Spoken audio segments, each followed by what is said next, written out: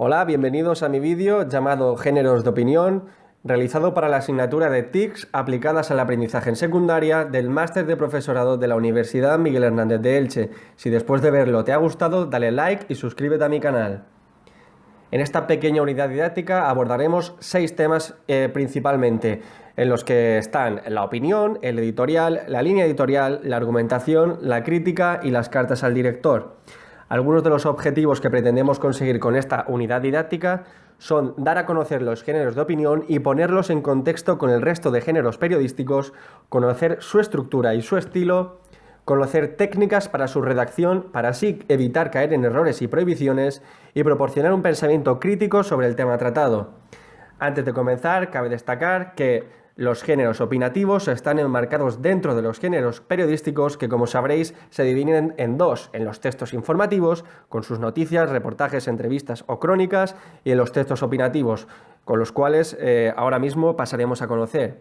El primero de ellos es la opinión. La opinión es el género de opinión con mayor número de variantes. Se divide en artículo, columna y comentario. En estos textos se procura reflejar cómo se afrontan ciertos temas de actualidad con una visión personal o del medio de comunicación. Su objetivo es entretener y complementar una noticia. Su estructura y expresión son más libres que los textos informativos y obviamente son subjetivos. El artículo de opinión es el primero de estos subgéneros de opinión y en él se muestran las opiniones de los periodistas, colaboradores o especialistas en determinados temas actuales. Son puntos de vista propios o ajenos que el redactor intenta que sus lectores lo compartan. Adopta como punto de partida una reflexión sobre un tema de actualidad sobre el que se aporta valoraciones y juicios y se huye de lo estrictamente informativo. La columna es el segundo subgénero de la opinión. Es un artículo de opinión que aparece regularmente en la misma sección del periódico y con una presentación y extensión siempre similar. Suele variar entre 1 o 2 columnas. Los columnistas suelen ser periodistas de prestigio y, según Luisa Santamaría, son textos híbridos entre la opinión y la estricta creación literaria. El comentario es el tercer y último subgénero de la opinión y puede ir en cualquier sección en relación con el tema tratado, ya que le añade una valoración y le permite relacionarlo con otros temas de máxima actualidad. Tiene un estilo comedido y contenido y emplea un lenguaje aséptico. Su autor suele ser un experto en el tema que lo comenta y lo conoce bastante bien. El editorial es el segundo género y es un texto periodístico que se constituye como el alma de un periódico porque en él se refleja su pensamiento, su ideología y su posicionamiento sobre ciertos temas. Lo suelen escribir especialistas en la materia o los redactores jefe. Suelen ser dos, de fondo o sueltos. Los de fondo son más extensos, exigen mayor documentación y sus racionamientos suelen ser más amplios, mientras que los sueltos son breves y se apuntan en la postura del medio sin más explicaciones y con mucha mayor contundencia. El editorial tiene varias funciones, como explicar los hechos, medir la importancia de la actualidad o dar antecedentes sin contextualizar. Y hay diferentes tipos: expositivo, explicativo, combativo, apologético, admonitorio y predictivo. El editorial tiene una estructura muy sencilla, compuesta por introducción, cuerpo argumentativo y conclusión, y su estilo es bastante definido porque tiene que tener cierta dignidad y seriedad lingüística, no se debe usar nunca la primera persona.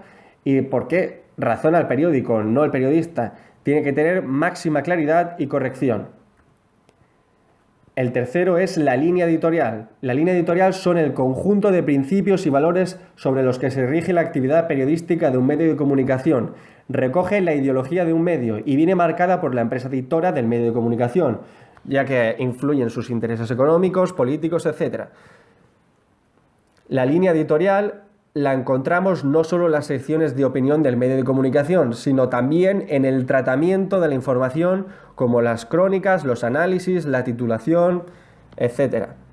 La argumentación es el cuarto punto que vamos a tocar y busca la adhesión del interlocutor a una idea o posición determinada. Es una forma discursiva que relaciona lo concreto con las ideas abstractas. Presenta opiniones, hechos o ideas sobre un tema, siempre con el propósito de convencer o persuadir a otro de una idea o un punto de vista sobre un tema en concreto. La argumentación tiene ciertas características, como que tiene que tener un marco expositivo y un desarrollo lógico, tiene que tener una selección de datos relevantes, un dominio de recursos dialécticos o estar apropiado al público y al momento. Su presentación, su estructura se divide en 4 puntos. En presentación, en la que se exponen los hechos, el planteamiento de la tesis, la demostración de las causas, razones o ideas o hechos, y la conclusión, es decir, las consecuencias. La argumentación tiene técnicas para llevarlas a cabo, como son el contraste de ideas, deducir e inducir ideas, empleo de testimonios, reflejar normas o leyes para que le den cierto empaque a lo escrito, y experiencia o estudio sobre el tema tratado. En la argumentación se ha de evitar los racionamientos extensos, las ideas sin orden ni lógica, el léxico abstracto, expresiones emotivas o coloquiales, fuentes poco solventes, y se debe evitar a toda costa los tópicos, los estereotipos, las creencias o las sensaciones. En la argumentación está prohibido utilizar interrogaciones para conclusiones o para títulos, faltas de respeto y lenguaje coloquial, exclamaciones y falta de sensatez, las falacias o hablar por el pueblo o caer en el populismo, mientras que hay que apostar por argumentos cortos, premisas fiables, claras y concretas, léxico específico, etc. La crítica es uno de los géneros periodísticos más controvertidos, ya que se sustenta de la opinión de algunos expertos sobre la obra realizada por otros autores. Su finalidad es convencer al lector de que su criterio y su punto de vista son los más adecuados para analizar la obra que critica. Su estructura es bastante clara. Tiene que contener un título, una pequeña ficha técnica y un texto. El título debe ser breve y debe contener la valoración del crítico. La ficha técnica aporta elementos informativos y el texto aparece las valoraciones del experto sobre la obra analizada. Y por último, las cartas al director. Las cartas del director son uno de los vehículos de comunicación más importantes entre el medio de comunicación y su público. Es una pequeña parcela del periódico puesta al servicio del público para que exprese sus puntos de vista y forman parte de la actualidad y sobre los que una persona quiere expresar sus puntos de vista, sean o no discrepantes con los que defiende el medio de comunicación.